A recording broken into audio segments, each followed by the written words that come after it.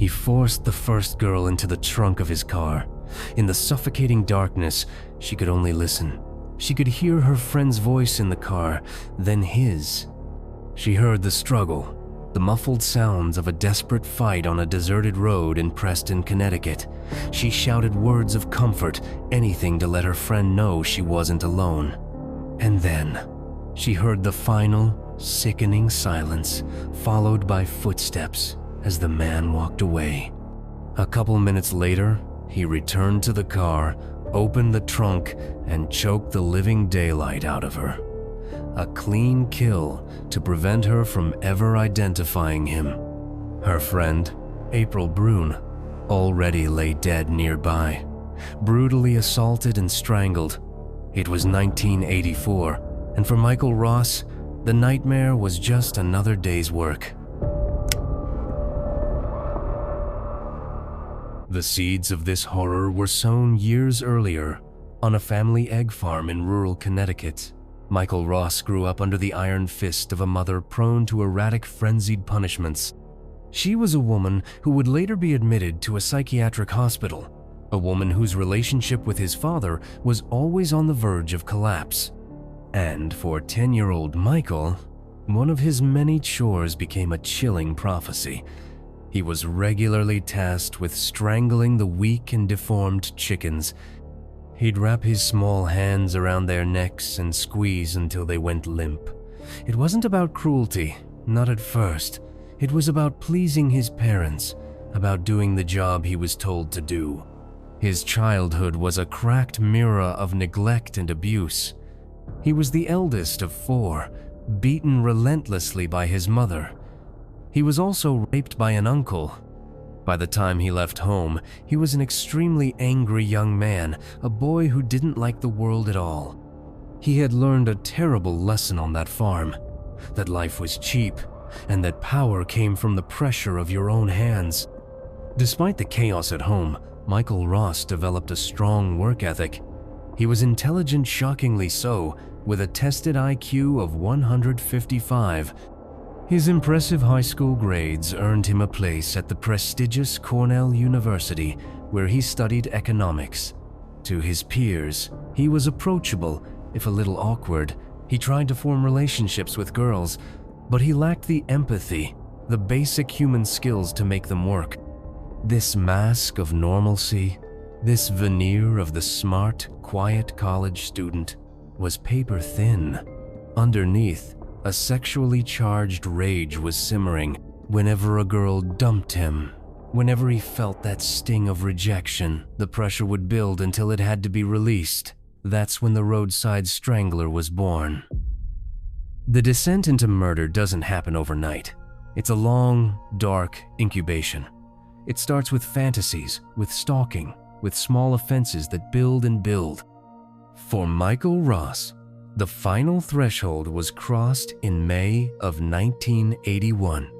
She was a fellow Cornell student, 25-year-old Zung Nok Tu. They had been in the same evening class on campus.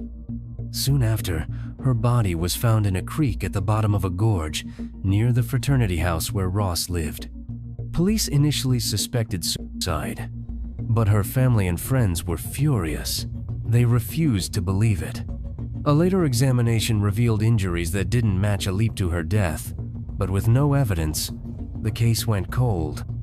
It would be years before anyone knew the truth, that the quiet economics student from their class had become a killer. After that first kill, something inside him broke for good. He got away with it, and with that, the addiction took hold. It was always after something happened in his personal life that he'd take his anger out on a victim. It didn't matter who she was. It just had to be another girl. He called them subjects. He claimed he saw them as impersonal objects, so detached that if you asked him to pick one out of a lineup immediately after a murder, he wouldn't even recognize her face.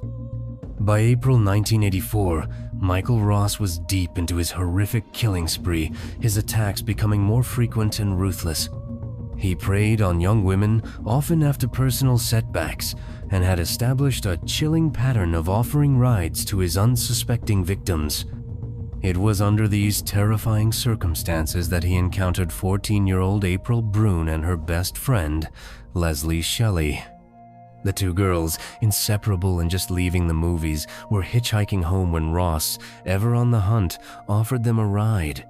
They accepted, unknowingly stepping into his car and into the last moments of their lives as he drove them away from their anticipated destination to a deserted road in Preston, where his assault began.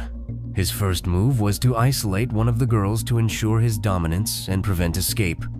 He brutally forced Leslie Shelley into the trunk of his car, effectively removing her from the scene and securing her where she couldn't intervene or flee. With Leslie trapped and out of sight, Ross then turned his full attention to April Brune. In a desperate act of self-preservation, April attempted to defend herself with a small knife, while Leslie, from the confines of the trunk, shouted words of comfort and encouragement to her friend. Ross then proceeded to brutally rape and strangle April Brune to death. After her murder, he returned to the car, pulling Leslie Shelley from the trunk. Claiming he considered her brave for her actions, he chose not to rape Leslie, but instead, he choked her to death as well, to prevent any possibility of her identifying him later. His final victim was Wendy Barabal. In June of 1984, the 17-year-old left a note for her parents saying she was walking to a local shop. She never returned. Michael, whose pattern of targeting young women was well established by this point, abducted her as she was on her way. Her body was later found under a pile of rocks on the side of a road in Griswold, Connecticut. But this time, there was a small mistake. A single loose thread that would unravel everything. During the investigation, police received a tip. A man had been seen sitting in a blue Toyota car right near where Wendy's body was found. Michael Ross owned a car matching that description, and his house was in the vicinity of several of the murders. He immediately became a suspect. When police knocked on his door, the game was finally up. Michael Bruce Ross was finally arrested. Some killers deny everything. Others, driven by ego, can't wait to tell you what they did. Michael Ross confessed immediately. But the true horror wasn't found in his house. It was revealed in an interrogation room under the probing of criminologist Christopher Barry D., who was trying to clear 2 unsolved homicides. Barry D. knew he was dealing with a psychopath. To get the truth, he had to play a game. He had to manipulate the manipulator. He made Ross comfortable, took off his handcuffs, and let him talk. Ross started boasting, talking about how long it took to strangle a girl, about the multiple bruises around their necks because they would wriggle on the floor. He spoke with no emotion, a cold recitation of facts. That's when Barry D. looked him in the eye and said, "Michael, you're not a big hitter. 6, 7 victims? That's nothing. You're not a Ted Bundy. You're small fry." Ross was stunned. His ego, the engine of his entire murderous career, was wounded. "No," he snapped back. "I've done 7. The criminologist pushed back, feigning disbelief. And that's when the truth started bleeding through. Ross confessed to everything. He described killing Zung Tu at Cornell, throwing her over a dam. He described killing Paula Pereira, dumping her body by a willow tree. He recalled what she was wearing, her school uniform, and when asked what he did with her body, he said, "I treated it like so much trash, like garbage. I'd used her, abused her, and walked away." With those confessions, armed with details only the killer could know, police were able to charge him with 2 more murders, finally bringing his official count to 8. The parents of his victims finally had answers, but they were answers born from a place of unimaginable darkness. In July of 1987, Michael Ross received 6 separate death sentences, but the legal battles were far from over. Years of appeals followed, and in 1994, the sentences were overturned on a technicality. But then, something strange happened. 4 years later, Ross gave up. He stopped fighting his death sentence. He claimed he had found God in prison. He felt guilt. He spent his time working as a Braille translator, hoping for some kind of redemption. He even got engaged to a woman named Susan Powers while on death row. To some, he was a reformed character. To the families of his victims, he was a monster playing his final game. On May 13th, 2005, Michael Ross was administered a lethal injection at a correctional institution in Connecticut.